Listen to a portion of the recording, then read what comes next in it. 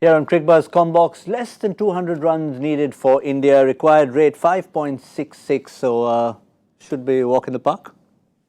Yeah, for you and me, yes, walk in the park for sure. But these two guys got an uphill task ahead. Trust me, just trying to clutch at positives here. You could easily have started by saying India down in the dumps, 4 wickets down, lost the key men. Well, unfortunately, that is the fact of the matter. Despite a bright start from Prithvi Shaw, looked like 6 boundaries. He was up for the task, but ever since those two openers fell and that big wicket of Virat Kohli, I think it's been more than a challenge, with 273 having been put on the board, which didn't quite look like enough of a challenge. But New Zealand would have gone into that dressing room with the momentum of that 9th wicket partnership. Yeah, because when the day started, you'd think 95 or 100 odd for one or no loss.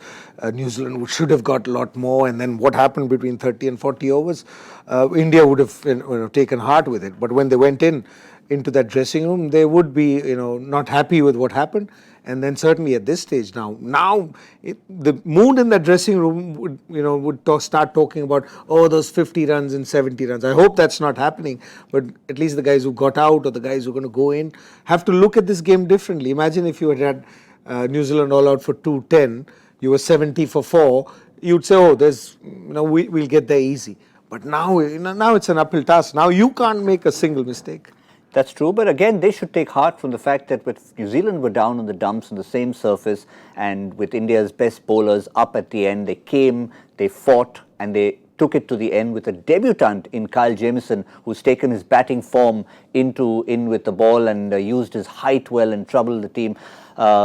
All 4 bowlers really contributing. You were asking before we went on air, how many Saudi got, 1 or 2? Well, the fact is, it seems like it's more than 1 wicket, given how big that wicket was and how well he bowled to set him up. Yeah, and it was a setup. You got to say that, and you saw that, and we bowled from away from the crease, got the ball to move away, wider of him, and then got him to, start moving towards that ball, and then just got one back, and that wicket's actually equal to 2, and that's how I felt. He's made a bigger impact than just that 1 wicket. But when you see everybody picking up wickets, that gives you more of a fear, because that means there's something that's happening that we probably can't see it from here, or each batsman who's walked in there has felt uncomfortable against, and everybody's in form. So you've got 4 bowlers who bowled now, and they all believe that they can pick up wickets. And from here on, it's actually only 2 wickets, 2 balls that New Zealand needs. Yeah, and often you tend to look at the manner of dismissal. And if you look at the 3 batsmen who've been bowled, it just means that they haven't played rash shots and haven't played a Colin de Grandhomme type shot and just thrown their wicket away. So there could perhaps be something in the surface, good bowling as well from the New Zealand bowlers. Colin de Grandhomme sort of tucked up KL Rahul. Maybe his form was like a double-edged sword. He felt he could cut it from anywhere. It was just too close to cut. Yeah, it was too close to cut. And his form's been, we've all seen what's happened. And it happens to you. I mean, when you're playing well, you feel that you're going to get on top of the bowling. And how do you get out of this shell?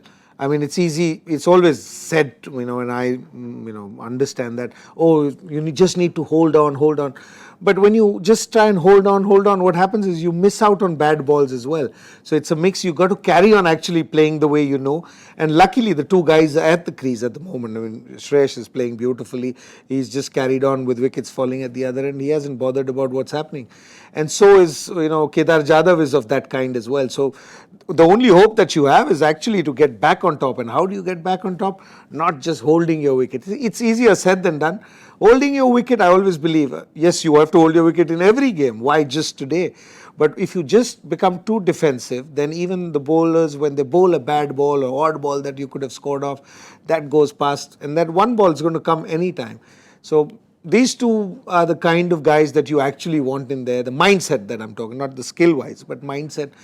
I'm trying to look for positive. How is it that we're going to get out of this hole? So these 2 have an important role. There is another positive to look at, and I'm sure the Indian dressing room will have talked about this, and that is the lack of spin in the opposition. Sodhi has troubled India with wickets. Santner has been very tight. Neither of them in the side. They've only got the part-time option, if they choose, of Mark Chapman. But without these 2 being in there, obviously everyone else will have to step up, and so far they have done the job. Oh, they have done the job, and see how the times are. We're talking of two spinners who've been troubling the Indian batsmen. Indian batsmen over a period of time have always cherished spinners coming on, or you want to get out of this mess. I think the spinner will hold the key. If Chapman picks up one wicket, I mean, it's a big call, but if Chapman picks up wicket here, then you're in trouble because you already lost 4. If one of these guys get out, and then it's Ravindra in the tail. So, Chapman's got an opportunity to come into a game. First time he's playing for New Zealand, he's 4 down, whatever stage he comes on to bowl.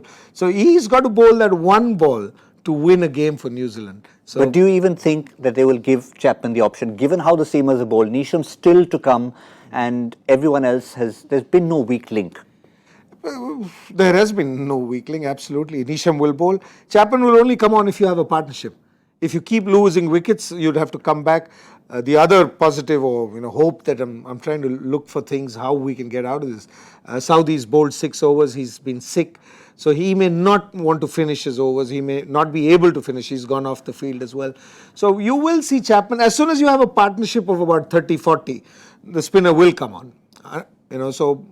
And I think that would be the key, because if you have a partnership, you'd be set. When the spinner comes on, how you approach, both these guys actually love the spinners. So you don't want to get a little overconfident or try and push him more. But guess what? We're in trouble. They only have one substitute fielder who's already on the field for Tim Southee. One more sub needed, and they've got to go to Luke Ronchi. Luke Ronchi would probably have to come and field. The other side of this game is all the top 5 bowlers for New Zealand who generally play for them are not available, and we are still in this state.